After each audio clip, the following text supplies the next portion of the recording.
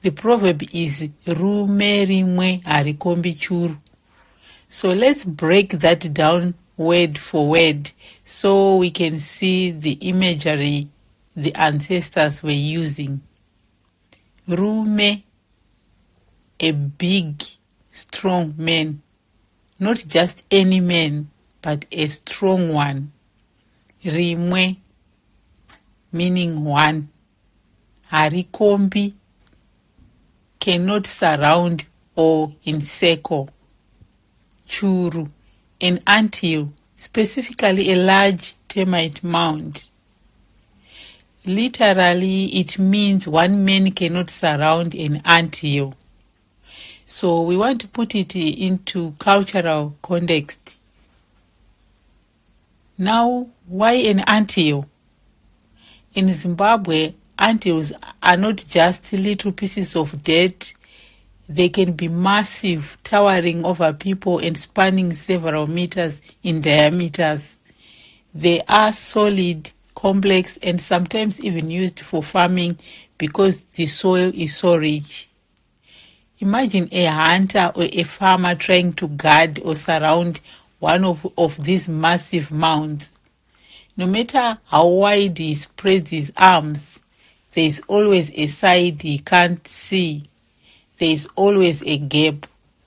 The Shona people use this imagery to show that some tasks are physically and logically impossible for a single individual, no matter their Rume status or their strength or status. So let's look at the deep meaning and application of this Shona proverb, Rume, Rimwe, Harikombi, Churu. The deep meaning here is about community and collaboration. Let me give you a quick story. Think of a young entrepreneur named Tinashe. Tinashe is brilliant. He tries to code the app, do the marketing, handle the legal paperwork, and manage the accounting all by himself. He thinks he is saving money and keeping control. But until his business is too big. While he is busy coding, he misses a legal deadline.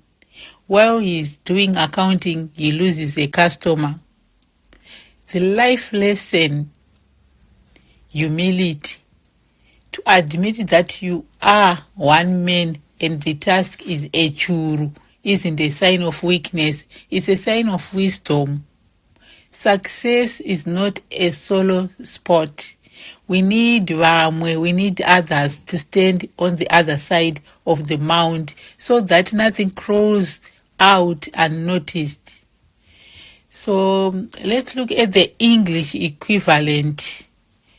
For my English speakers out there, you might recognize this sentiment in the saying, many hands make light work. Or perhaps more accurately, no man is an island. Both languages are saying the same thing. We are designed for connection and cooperation. So, what's the anthill in your life right now that you are trying to surround all by yourself? Maybe it's time to call in some backup.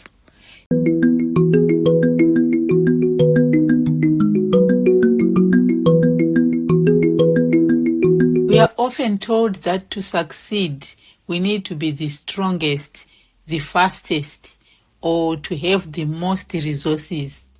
But what if your greatest asset isn't your strength, but the ability to adapt to what you don't have? Think about a time you had a massive goal, but felt held back by a lack of money, a lack of experience, or even a physical constraint. Did you give up, or did you find a wall to lean on so you could still join the dance? Next, I'm going to explore a Shona proverb that celebrates the cleverness of the constrained, a lesson in how to turn your limitations into a strategy for success. Chirema, ndechina mazano, chinotamba chakazendama kumadziro. Chirema ndechina mazano chinotamba chakazendama kumadziro. Literal translation. Let's break down these powerful words. Chirema, a person with a disability or a physical limitation. Ndechina mazano, this is the key.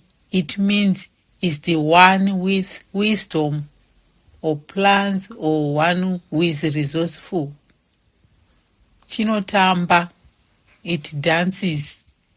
Chakazendama, while leaning kumadziro, against the walls.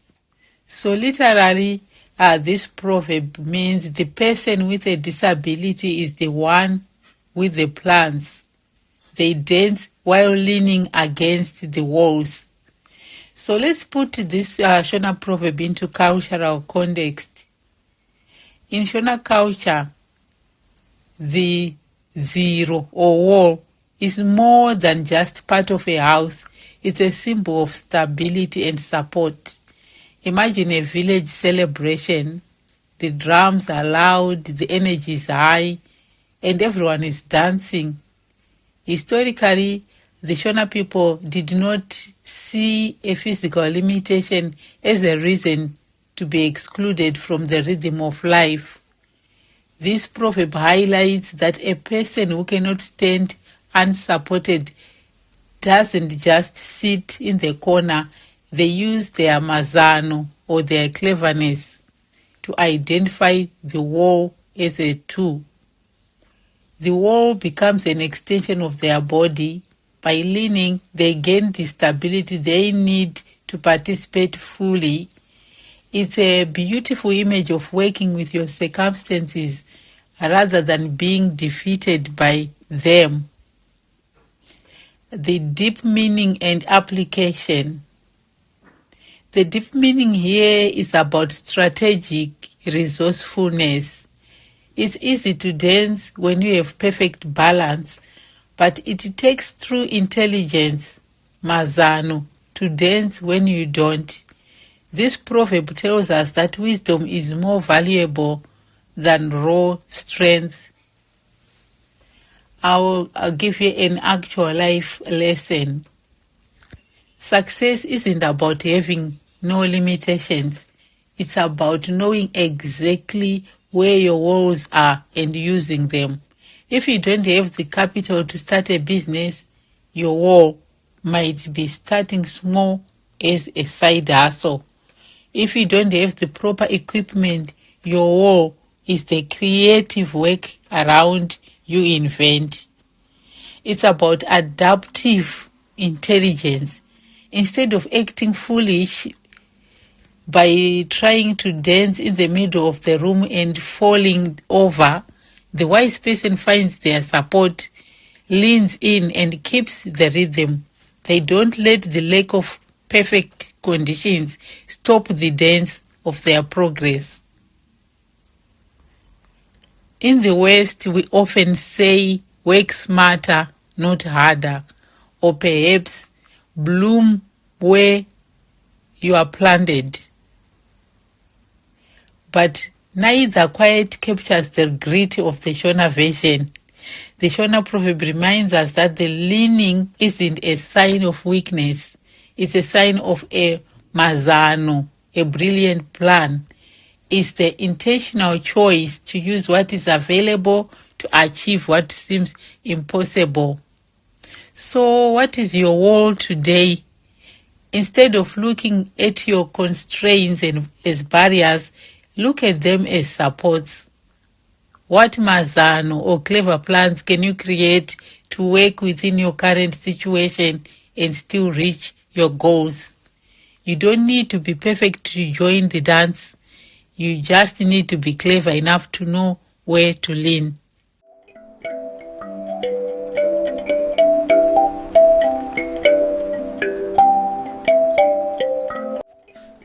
Have you ever started a project, maybe a side hustle, a fitness journey, or even a simple habit, and thought, if I just give it time, it will eventually take off. We wait for luck to strike. We wait for things to just happen.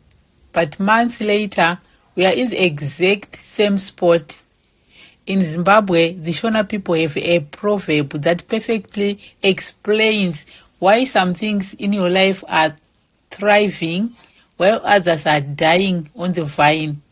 It's a reality check that everyone needs to hear. Chinokura Usipo, Imombe, Munda, Unokura, Nokuvandurirwa. Chinokura Usipo, Imombe, Munda, Unokura, Nokuvandurirwa. It's rhythmic, it's poetic, but it's also incredibly sharp. Let's break down exactly what this means and why it's the ultimate blueprint for success.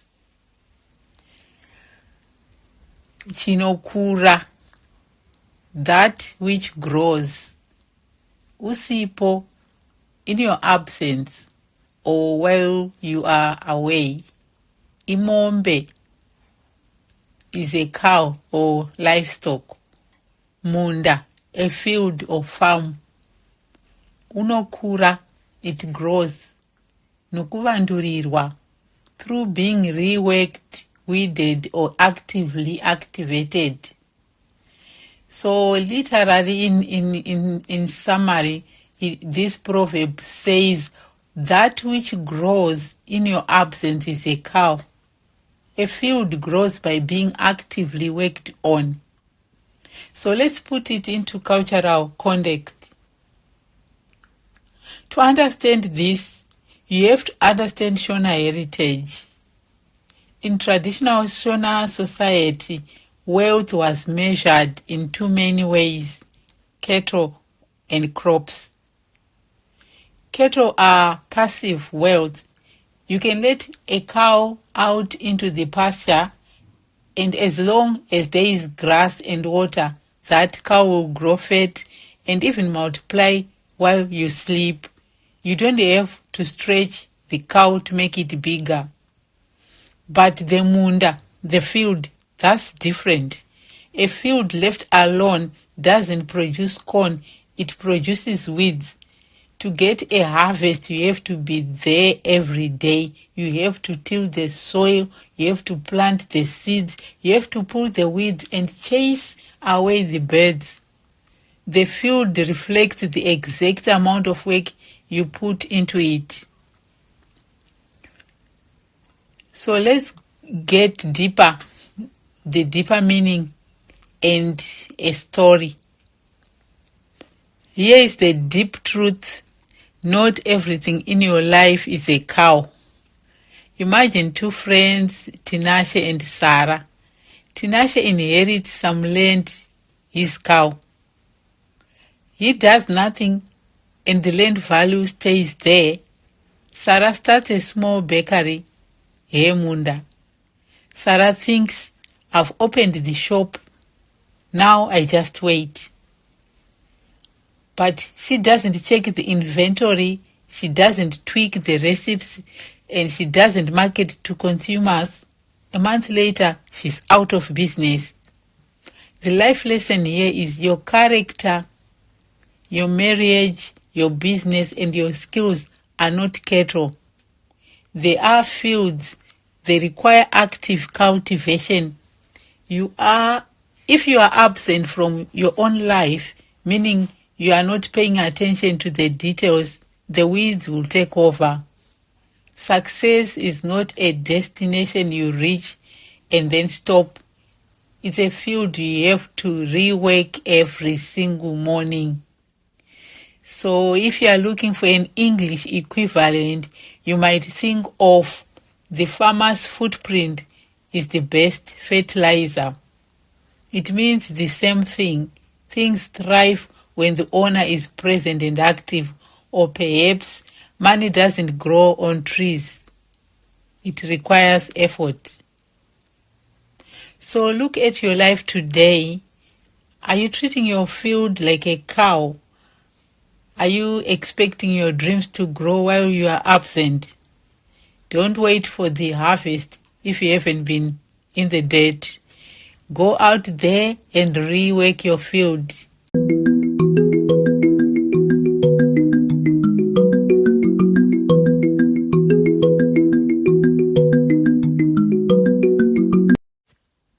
Have you ever been at a family dinner, staring at the last piece of meat on the platter, or maybe watching your boss decide who gets the lead on a big project?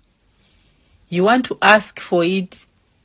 You feel like you should have a say, but something stops you. In Shona culture, there's a specific rule for those moments of tension between authority and desire. It's a proverb that defines how we view leadership, respect, and the autonomy of those who paved the way for us. So next I'm going to look at this Shona proverb, Chomukuru Hachikumbirwi. Chomukuru Hachikumbirwi. At its core, it means the property or belongings of an elder are not asked for. It teaches us that a leader or an elder has the absolute discretion to use or distribute their resources as they see fit. You don't prompt them, you don't nudge them, you wait. Literal translation. Cho is a prefix referring to the thing of. Mukuru means the elder or the great one, referring to age or rank. Hachikumbirwi comes from the verb kukumbira, to ask or request. So the literal meaning is it is not to be asked for. It is not to be asked for. Let's put it into cultural context.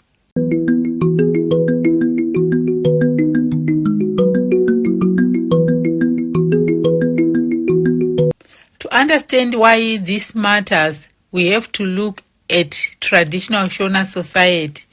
Imagine a village elder. Their wealth, be it grain in the Dura granary or cattle in the kraal, wasn't just personal wealth, it was the safety net for the whole family. The imagery here is about the seniority of provision. An elder was expected to be wise and generous, but for that system to work, their authority had to be absolute. By not asking, the juniors showed they trusted the elders' timing and wisdom. It prevented the elder from feeling pressured and maintained the dignity of the person in charge. Let's explore the deeper meaning with a story. Think of it in this way. Imagine a young man named Tinashe. Tinashe's father owns a beautiful piece of land. Tinashe is hardworking and wants to start his own farm there. Every day he thinks about asking his father to give him his portion now. But if Tinashe follows this proverb, he remains silent. He works alongside his father, showing respect.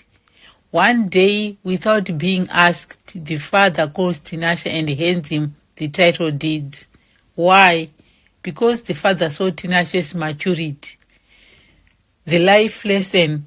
True respect means acknowledging that you are not entitled to what someone else has built, even if you are the next in line. It's about the power of patience and the recognition of boundaries. When we don't demand, we allow the giver the joy of giving freely. The English equivalent. If you are looking for an English equivalent, it's a bit like saying, don't tell a man how to spend his own money. Or in a more formal sense, it aligns with the concept of executive discretion. It's the idea that the person at the top doesn't need a committee to decide what to do with what is rightfully theirs. Next time you are tempted to tell someone above you how to handle their business, remember Chomukuru Hachikumbirwi, respect the process, trust the wisdom of those who came before you, and wait for the right moment. What do you think? Is this proverb still relevant in modern offices or homes? Let me know in the comments. Don't forget to subscribe for more Shona wisdom. Tatenda zvikuru.